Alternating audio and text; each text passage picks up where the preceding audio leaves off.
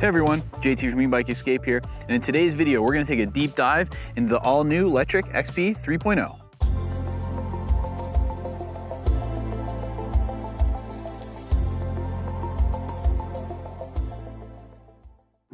We are super excited here at Ebike Escape to be able to showcase the all-new Lectric XP 3.0 to you guys, but before we get into that review, I just have two quick favors to ask of you guys.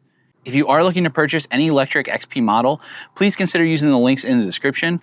All purchases made through those links help directly support Ebike Escape and helps continue to make content like this. As well as if you could press the like and subscribe button for us, it costs you guys nothing, but it shows brands like Lectric that we're people you like watching. Also linked down in the description, we'll have links to our e-bike accessories list, top e-bikes brands page, as well as our e-bikes discount codes page.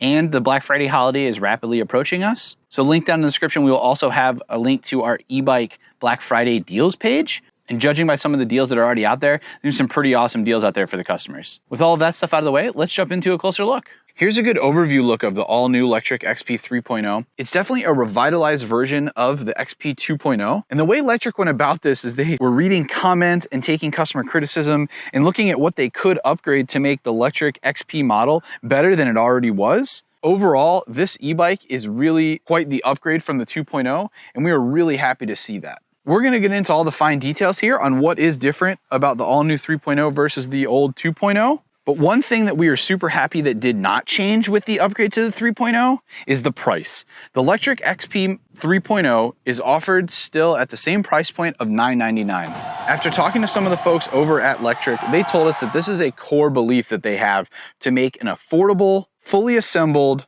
electric bike that anybody can ride. The model you see here is the step-through model. This model is also offered in a high step. However, the high step model is only offered in black, whereas the step-through model is offered in this white, but is also offered in a black. Starting up here at the front, Lectric stuck with the 20 by 3 inch tires, but something that's different about the front end that you can't really see is standard now on all electric e-bikes is going to be the inclusion of slime inside the tubes. What that's going to do is help prevent flats, and if you do happen to get a puncture, it should be able to fill that hole and allow you to stay out riding and on the road. Coming around to the other side, we have the same tried and true mechanical disc brakes that we've seen. However, this is where one of the slight upgrades came, which was in the rotor size. So this front rotor and rear rotor have both been upgraded from a 160 millimeter to 180 millimeter. Moving up from the rotors, one of the other things that Lectric changed out for the new 3.0 was they upgraded the front fork. So the front fork used to have a travel of 40 millimeters, and that has since been upgraded to 50 millimeters. What we expect that change to allow is for bigger riders that had complaints on the 2.0 to have a little bit more suspension travel, so they'll be able to adjust this preload knob here on the side and really stiffen up the suspension to allow them to also enjoy some of the suspension front end that Lectric puts on these bikes. On the other side of the bike over here is a lockout knob. It just has two positions, locked and unlocked. I'm gonna go ahead and push on it here a little bit so you can see what type of travel to expect. So while it is a little bit of a softer of a fork, with the preload knob and lockout knob on the side, you can really dial it in to work for whatever surfaces and stuff you're riding on, and having some spring in its step will really allow it to soak up some of the bumps while you're out on your ride. While we're also up here at the front, I just want to point out that this is a bolt-on front axle on the Lectric XP. With that folding functionality, you hopefully will never have to take the front wheel off to say put this in the back of a vehicle. But if you ever get a flat, getting that front tire off will be a little bit more challenging than a quick release. Also up here on the front of the bike is this integrated headlight. It's always nice to see a headlight that runs off the battery. It's one less thing you'll have to worry or think about. But like most of these included lights, these lights are decent for daytime riding and seeing at night. But we always recommend going with a handlebar mounted light, maybe one that flashes to help you be seen a little bit more. And then while we're also up here, the other thing that we'd like to point out is that this bike comes included with metal fenders.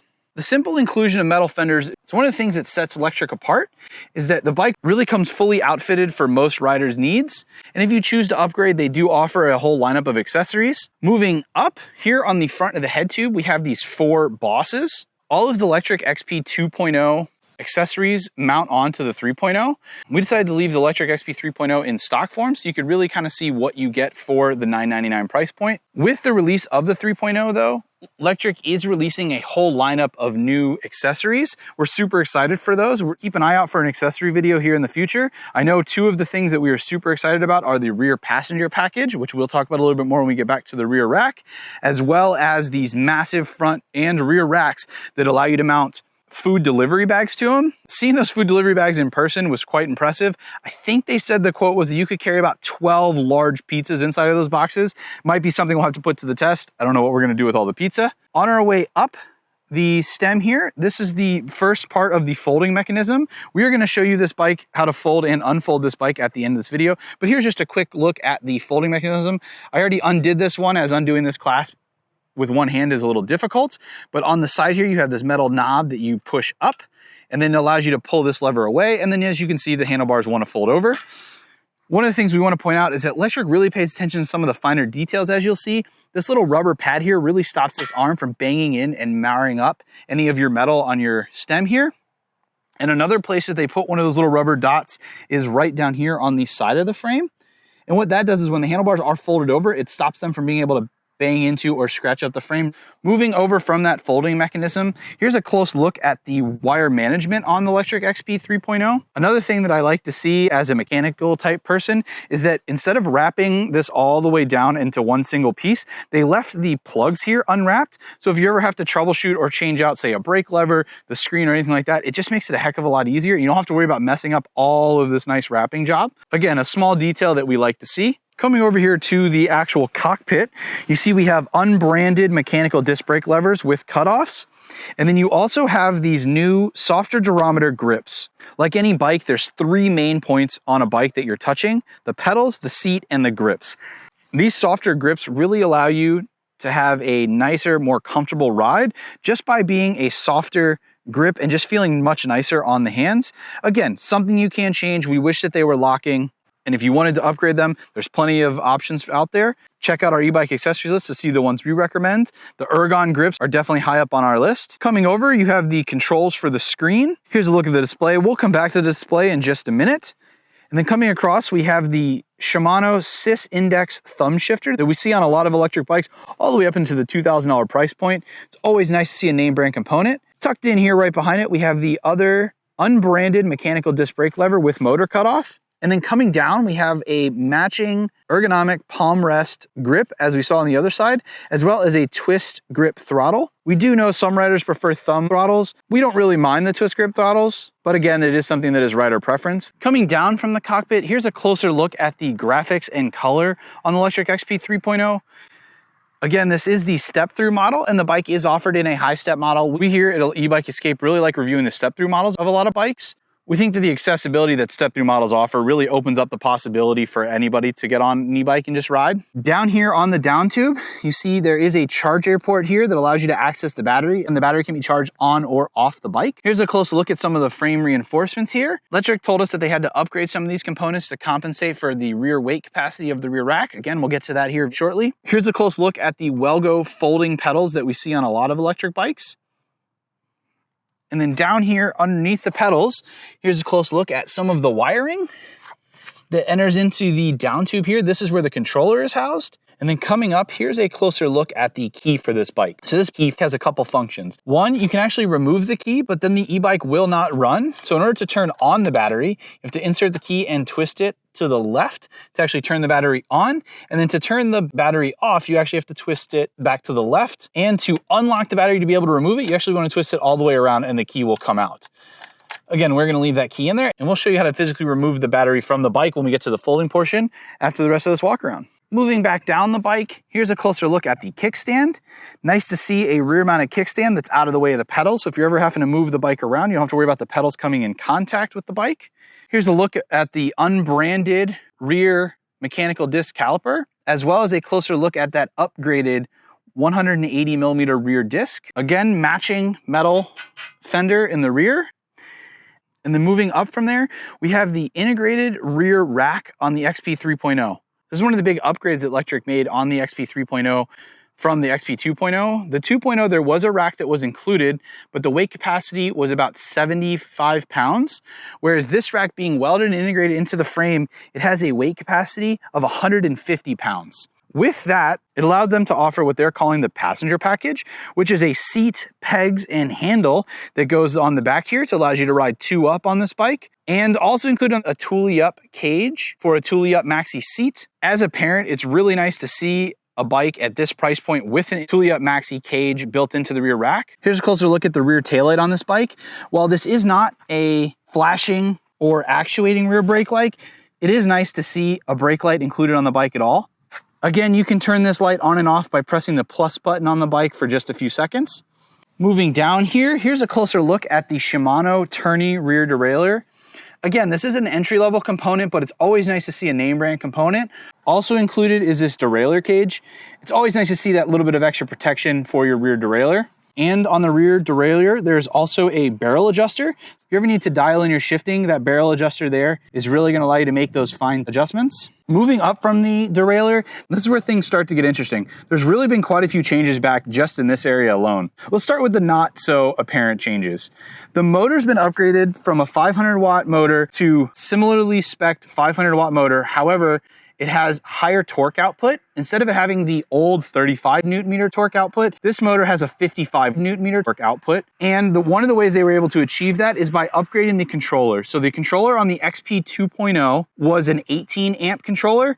This new controller is a 20 amp controller. Lectric puts it best. What that controller allowed them to do was use a fire hose versus a garden hose to supply more power to the rear motor to really give you that extra hill climbing ability as well as straight line acceleration. And then the next big change was the change in the rear freewheel. So this freewheel is no longer a 14 to 28. It is now an 11 to 28 rear freewheel. What that 11 speed gear on the inside allows you to do is pedal a lot more comfortably at a higher speed. A little teaser, the riding footage for this bike, when you're capable of pedaling on flat ground, this bike gets up to 30 miles an hour really, really easily. Obviously, the motor is only going to assist you up to a certain point, but having the ability to comfortably pedal at a higher speed adds a lot of comfort to a rider. And again, that is probably the change that we are the most excited about. I'm actually excited now that I know that this freewheel exists to possibly retrofit it onto some other e-bikes and really see what other e-bikes are capable of with such a great freewheel. Moving up the frame here, you can see the shifter cable externally routed.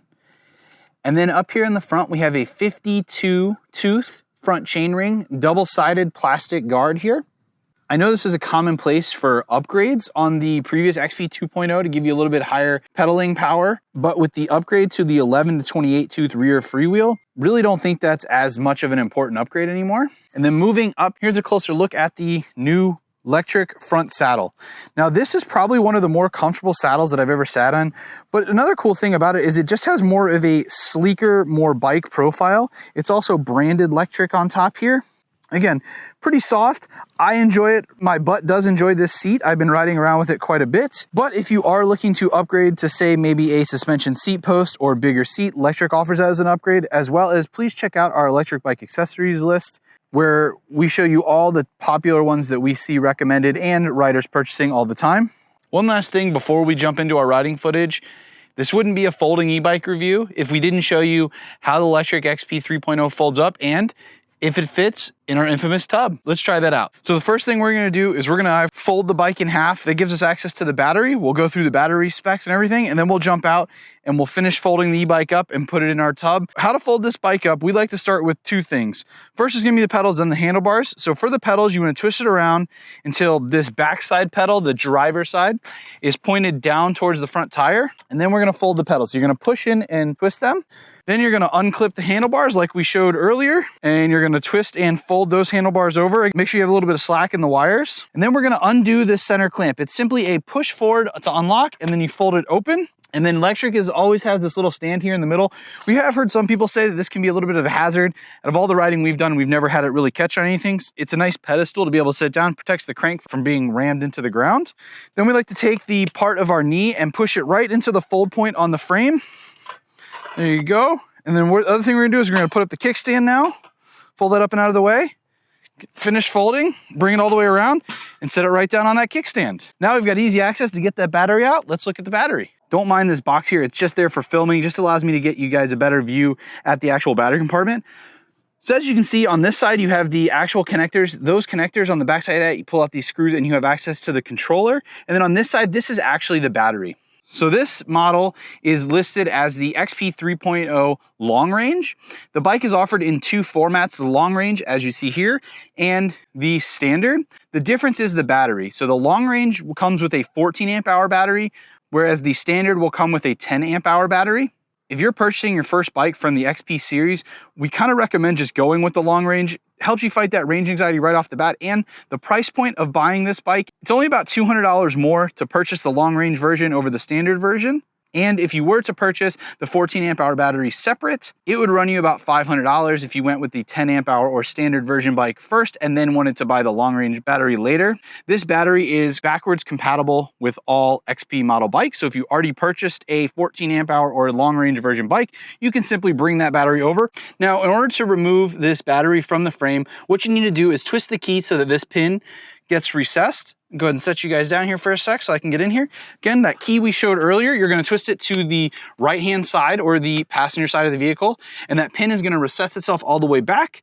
Then you pull and remove the key and the battery will slide out. Here's a closer look at that battery. Again, this is the 14 amp hour battery. On the front here, you have this nice carrying handle to be able to turn the battery, and the sticker is right here on the side. So this is a 14 amp hour, 672 watt hour battery. And something else that I noticed on this battery versus the other one is Lectric actually put on these vibration pads so that you don't hear the battery bounce around inside the frame as much as you did on the other ones. And then here's a close look at that key port. So you put the key in, twist it for the pin to come out. And again, the key is now locked. Twist it back once to turn the battery off. Key comes out, the battery will not output power. And then you'll twist it to the left one more time to remove the key and the pin is recessed. So you can insert it back into the bike. Let's go ahead and do that real quick. Simply make sure this downside lines up with the angle of the frame. Slide it up and in. And then now I'm holding it in with my thumb and I'll put the key in the underside here. This is the trickiest part. And then you simply twist the key until this pin comes out and locks it in. Now, if you've just reinserted the battery and the bike won't turn on, make sure that that key is twisted to the on position before you worry that you damage something. Just a note, learn that from experience. One other thing to point out is that this battery on the step-through model is different than the battery on the high-step model. So if you have a high-step bike and you're looking to utilize that battery inside of a step-through model, it will not work. The batteries are specific to model, but not specific to generation of XP. All right, with that out of the way, let's go ahead and show you guys our favorite way to transport folding electric bikes. Here is a closer look at our favorite way to transport a folding electric bike. This is a Christmas tree tub. We've had decent luck finding other tubs with these same dimensions that we'll put on the screen now at Home Depot, Lowe's, and even Fleet Farm if you have one of those near you. And really what you're looking for is an extra large or jumbo heavy duty tote. We found that those tend to have the right measurements. Again, the height you can change a little bit, but you definitely need the width and length of a tub of this size to be able to pick up and transport your bike around with limited issue. It's just so nice to have handles instead of trying to grab a frame or something like that. And the other nice thing about having handles on each side is you can grab one side, somebody else grabs the other, you pick it up and team lift it, and you can also slide it around on the flat bottom a lot easier. So with that out of the way, let's go ahead and see how the Lectric XP 3.0 fits. I don't think we're gonna have many problems with it. Grab it by the frame on each side, pick it up, and slide it in. There we go. Fits in without much issue. Let's get you guys a closer look here. Here's a closer look at how the XP 3.0 fits in. Again, if you're looking for a little bit extra height, you could drop the seat down too. But there you go. Fits in our tub without much issue. And now, like you said, you have a handle on each side to be able to pick up and lift and put the bike wherever you need. With that in-depth look out of the way, let's get to some riding footage where we can really show you what that rear gearing and new motor are capable of. All right, let's go ahead and jump into the pedal assist portion of this video. So one thing I did want to note is that when you are in pedal assist level 0, the throttle does not work. And the other thing I wanted to address was the elephant in the room. I am obviously not Ryan, so I am a little bit larger of a rider. We don't believe that's going to affect the pedal assist test, but if you were to compare this video of me riding the hill climb test to the XP 2.0, it would not be equal. So for that reason, we actually made a comparison video where we did a side-by-side test of the 2.0 versus the 3.0 riding up the hill.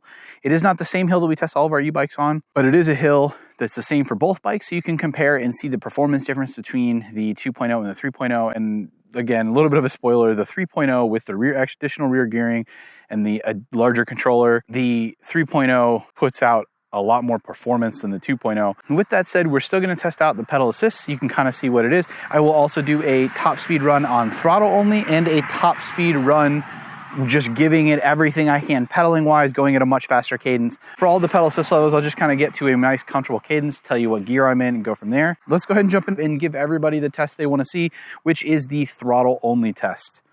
So in 3, 2, 1, throttle only. So this bike it's just super smooth. You can definitely feel the torque come on a lot faster than the 2.0. That can be adjusted inside of the settings, but I did make sure that the settings for both bikes were set exactly the same. So here we are at about, the GPS is showing about 20 miles an hour, and the screen is showing about 20 as well. 21 in that case. But as you can tell, I mean, it's holding us right there, throttle only, and it made it up there seamlessly. And I should note that the battery and tires the battery was fully charged before this test, and the tires were pumped up to 30 PSI. So let's go ahead and cycle through. We're gonna go down to pedal assist level 1. Go ahead and slow the bike down here. And again, we are in the first gear. So here we are in first. I can definitely go up to second for a nice comfortable cadence, and probably into gear 3. And I believe even on the rear cassette, with the smallest cog being an 11 tooth, all the other gears stay the same. So all of the pedaling speeds, that there's a difference between this and the 2.0 should just be contributed down to that additional power from the motor. So here we are at a nice slow cadence in speed 3. We're going about 8, 9 miles an hour. So nice, easy cadence. This is a good, just kind of pedal around a neighborhood gear. Go ahead and go up to pedal assist 2. Really feel the motor kick up there. Definitely gonna have to shift up here, 4th. And let's go ahead and go into 5th. So there we are in 5th, and we're going about 12, 13 miles an hour. Man, some people have some really nice Halloween decorations out. So here we go, 12, 13 miles an hour. It looks like about 13, pretty even between the two. Just had to go back and stop there for a second. The rear gear was just slightly out of tune. Good thing to have that barrel adjuster on the rear. So again, now we are in pedal assist level 2, and I am in speed 4. Definitely a lighter of a cadence here, so I'm gonna go ahead and go up into 5th. And here we go. This is a nice, comfortable amount of pressure here on the legs, and we were at about 12, 13 miles an hour. So that's really, I mean, this is a nice, easy cadence. So let's go ahead and go into pedal assist level 3. Again, feeling that motor kick up in power. Go ahead and upshift a little bit. And about 18 miles an hour. And I am in 6th, now I am in 7th. And this is probably the comfortable place for my legs to be. And yeah, GPS says 14, 15, whereas the screen says 18. There we go. I think there's just some limited connection back here. You know, being in the country of Wisconsin, you deal with low cell service sometimes. So we're at 18 miles an hour. I mean, that's pretty, like I said, the GPS and the screen were pretty accurate before. So again, nice easy cadence, and I am in 7th, so there's gonna be no more shifting here. Slight uphill here, but again, not having to work too hard. We're just go ahead and put it into 4. There we go. Feel the motor come in as a little bit more gradual here. The amount of pedal effort I am putting in has not changed. 22, 23 miles an hour in pedal assist level 4. We're not even in 5 yet. There you go, 23, 25, depending on which screen you believe. There we go, GPS is catching up. Once we get around this turn up here, I will kick it up into pedal assist level 5. All right, here we go. Going up into pedal assist level 5. Giving a little bit of effort here to get it back up to speed after having to slow down. It is a little bit of a twisty, turny road here, but it does straighten out. There we go. What are we gonna get up to here? 26, 27. Like I said, I'm giving it a decent amount of effort here, but not too much to where I feel like I'm working 28 miles an hour without much extra additional effort here. All right, let's go ahead and give her everything here.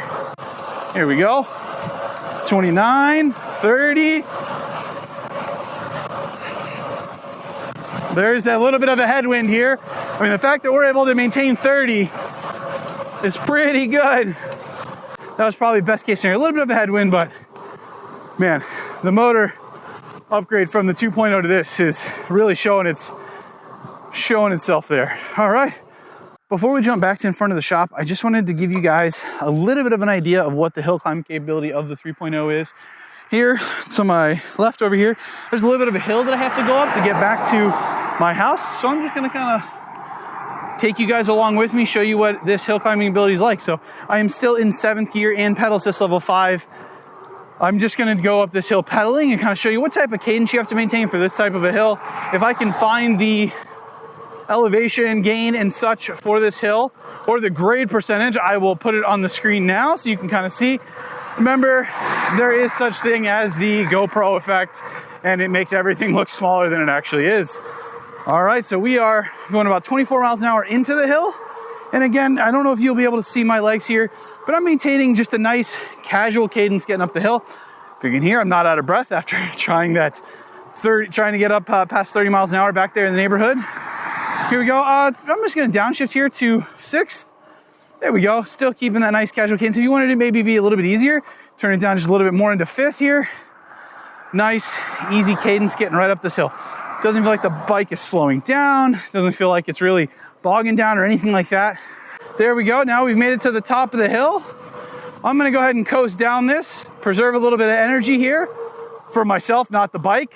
The bikes can always be recharged. I take a little bit longer. But let's go ahead and throw this back to being in front of my shop and see what our concluding thoughts are on the all-new Lectric XP 3.0. And there we go, folks. Lectric has done it again this year with the release of the X Premium, one of the most affordable mid-drive e-bikes on the market, to the release of the XP Lite, one of the most affordable folding and lightest electric bikes really out on the market that you can recommend, to now the all-new refresh of the Lectric XP 3.0. And this is not simply just a light refresh from the motor to the front suspension to the softer grips to the seat. I mean, Lectric kind of touched all of the points on this bike, and from really reading your comments on our videos and other people's videos to taking customer criticism over the phone, they really took and improved almost every aspect of this bike. We are super happy to have the XP 3.0 into our fleet for a bike that we'll be able to jump around on. The Thule up window on the back rack and the extra weight capacity of that is really going to improve the capabilities for carrying on this bike as far as passenger goes. And as Lectric put it, they were trying to make one of the best urban transportation vehicles on the market. And I really think they might have hit the nail on the head. The XP 2.0 was already a great bike at $999, but man, with the extra performance of this, that $999 price point just in the range of affordability for a lot of people. Again, this is the long range version, which comes in at about $1199, but that increase in battery size from 10 amp hours to 14 amp hours is about a 45% increase in range. So we do really think it is worth it if you are in the market and can't afford that extra investment up front. Again, all electric e-bikes come fully assembled in a box, ready to ride straight at your door. I know we don't hide it well here at eBike Escape, but we are super excited for everything Lectric is doing over there, from the, again, like I already said, at the X Premium, XP Lite, and now the all new and refreshed XP 3.0. We can't wait to get an accessories video out for you guys to show you all of the cool accessories that Lectric has designed for the 3.0, from the carrying bags to the passenger package on the rear to that light on the front, which I'm hoping doesn't blind me when I stare into it on accident. So again, if you are looking to purchase any Lectric XP 3.0 or any Lectric e-bike, please consider using the links down in the description. All purchases made through those links are no cost to you, but help support eBike Escape. As well as another way you could help support us here at the channel is press that like and subscribe button. It costs you nothing as a viewer and shows brands like Lectric that we're people you like watching, and helps us continue to grow to get in touch with more brands that make awesome bikes like the 3.0. So with all those semantics out of the way, we'll catch you guys in the next one.